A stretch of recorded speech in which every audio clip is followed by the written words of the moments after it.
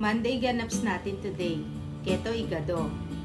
Ito yung ulam na kahit simpleng luto, puno ng kwento at nostalgia.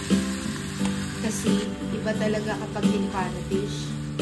Diretso, malasa, walang arte, pero swak sa puso at tiyan. Habang niluluto namin, naamoy mo agad yung classic aroma ng igado.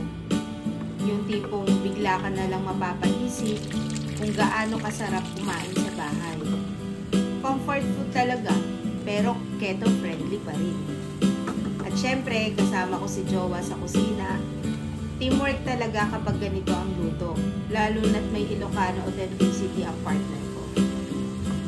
Ket kastamat dahito simple ngem na pintas di saborsan kasla igado ni inang ko de balay. Kaya mas special yung luto namin ngayon. May halong love, memories, at konting kulitan habang naghahalo sa kawali. Ganito talaga pag Monday ganaps. Hindi kailangan bongga, basta masarap ang bonding at hindi sablay ang timpla. Kaya kung naghahanap ka ng comfort food na pasok sa healthy living, try mo rin ang keto igado. Simple, soulful, at puno ng lasa. Parang warm hug sa araw mong pagod.